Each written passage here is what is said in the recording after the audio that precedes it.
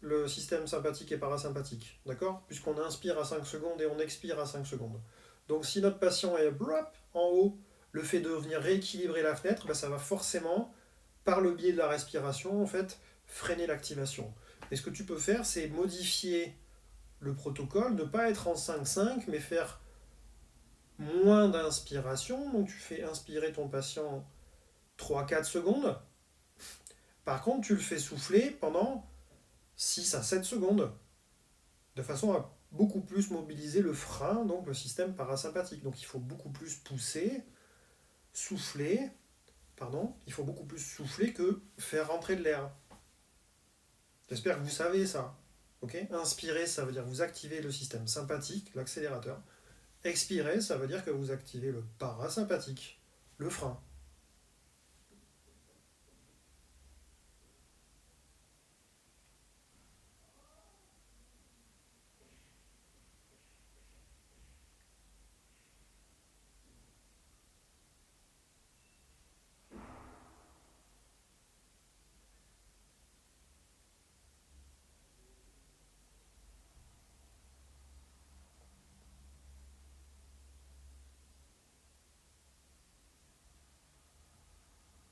Yes, 5 heures. Wouhou.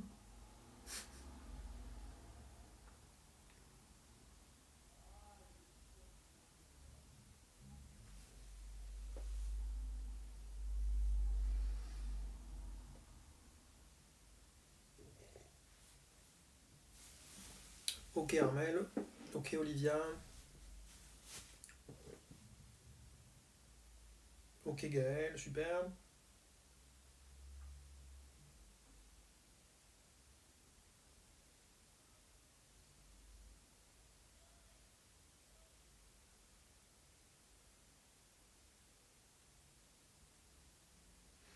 Donc vous en êtes tout au niveau question. Bon, vous en avez pas beaucoup, mais vous voyez qu'il est très simple ce protocole, hein. Il est très très simple, hein.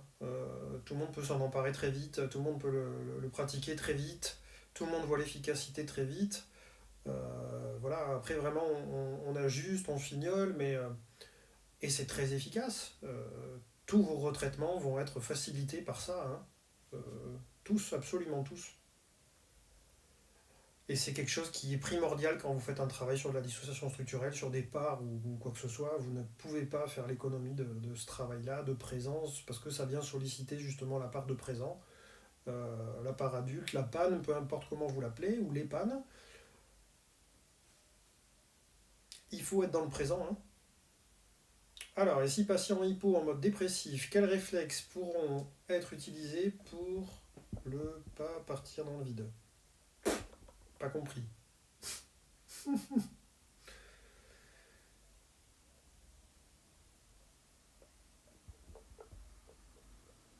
Et où est-ce qu'on peut trouver ce protocole? Il est dans ma chaîne IGTV. Il y a deux, j'ai mis les deux webinars en ligne, Julie Fit. Le protocole de présence donc est en ligne. Il y a, je sais plus, 6 vidéos de 15 minutes, un truc comme ça. Et puis le protocole de soutien qui a été fait la semaine dernière.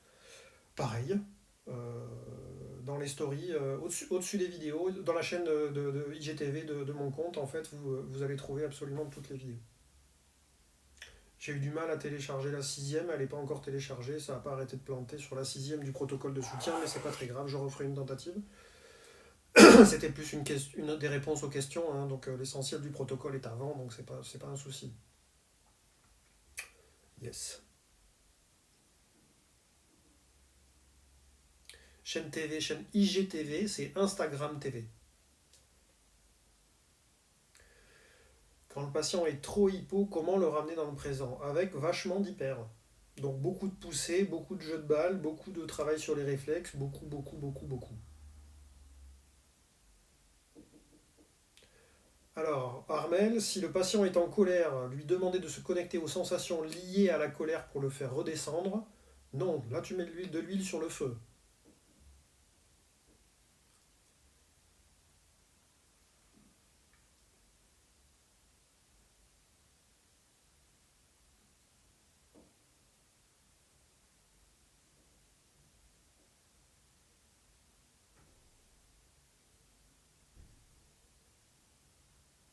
On fait un travail très intéressant sur la part combat hein, vis-à-vis de la colère dans mes formations. Je suis en train de penser là, on a plein de techniques pour ça.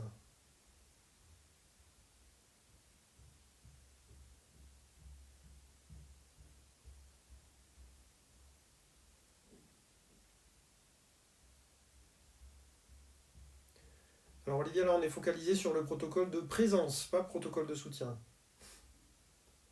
Mais oui, il peut le faire tout seul.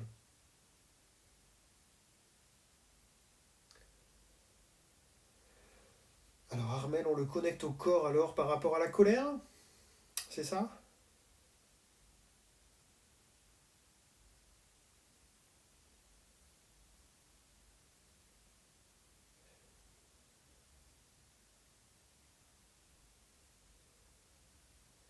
Flo 94 220, tu utilises les mêmes réflexes que le patient soit hypo ou hyper. Non, j'ai montré tout à l'heure la différence par rapport à l'activation.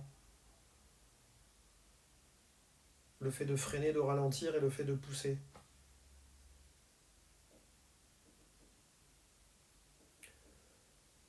L'ancien L'ancien M. À quand la prochaine formation?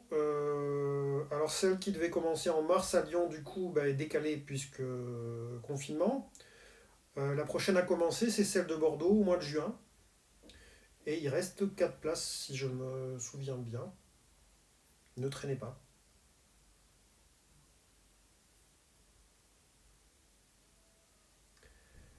Question protocole de soutien. Vous êtes terrible. On peut le proposer à une PE archaïque pour l'aider à grandir. Je peux pas te répondre parce que là, on est sur un travail de, on est sur un travail sur la dissociation structurelle sur lequel tu exploites le protocole de soutien. Donc non, là, moi je ferai pas ça comme ça et c'est un peu plus complexe à expliquer là. Formation corps, trauma complexe et dissociation pour tout ça. Le travail avec les parts, les expériences réparatrices, la communication entre les parts, etc. Là, il faut venir.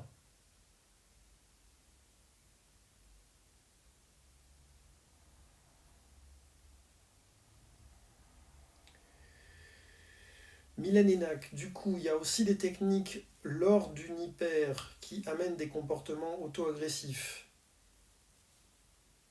Ce que ça m'évoque moi, c'est que tu es en train de dire qu'il y a des parts auto-agressives qui sont activées par certaines techniques, par certains mouvements, par etc. Donc là, c'est travail sur les parts, donc formation, dissociation structurelle. Probablement, ça va changer les pratiques de tout le monde ce confinement, car la distance est forcée de solliciter les personnes. Je suis persuadé que ce confinement est le recours au support et au corps. Oui, Christophe, je suis d'accord avec toi. Pour moi, là, ce confinement, c'est un cocon. On est en train de se transformer. Ou pas. Si on lutte, on ne se transformera pas. Ou enfin, on va se transformer en autre chose. Hein. Parce que la lutte, ça apporte autre chose.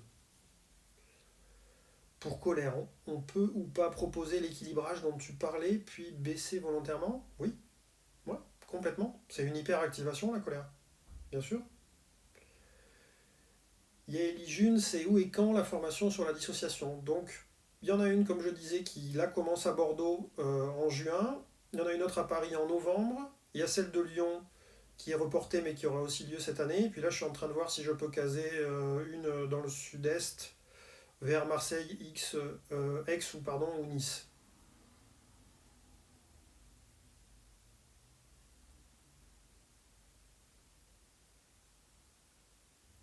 En juin, c'est Bordeaux. À Paris, c'est en novembre. On trouve les infos sur mon site ouin.julienbaillet.com. Vous avez un lien sur mon compte Insta.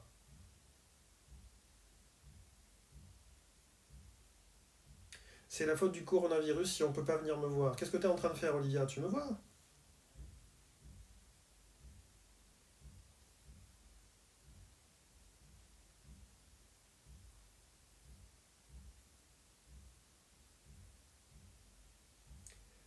Formation Aix. J'ai pas encore décidé. On est en train de voir parce qu'il y a une de vos collègues à Aix qui est déjà formée. Sylvie, elle est déjà formée. Comme elle est de là-bas, peut-être qu'on est en train d'organiser ça là-bas.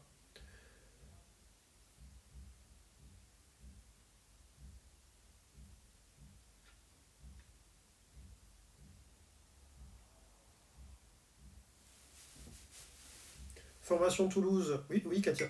Il faudrait faire ça, hein.